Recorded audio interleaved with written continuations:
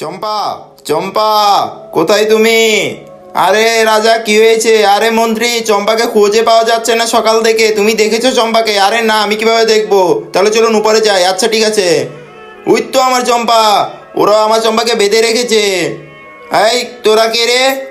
ওরে ধর, ওদেরকে খাবো আজকে। এই তাড়াতাড়ি পালাও মন্ত্রী। মন্ত্রী, এখন কি করার? যেমনি হোক আমার চম্পাকে বাঁচাতে হবে। মহারাজ, একজনই পারবে আমাদের চম্পাকে বাঁচাতে। কে সে? তুমি নিয়ে আসো তাকে। আচ্ছা ঠিক আছে মহারাজ, আমি এখনই যাইতেছি তাকে নিয়ে আসতে। কালা জাহাঙ্গীর, ওই দেখো চম্পাকে ওরা বেঁধে রেখেছে। এই তোরা চম্পাকে ছেড়ে দে। ওই তুই বেশি কথা বলবি, তোকে আমরা বেঁধে ফেলবো। যা এখান থেকে।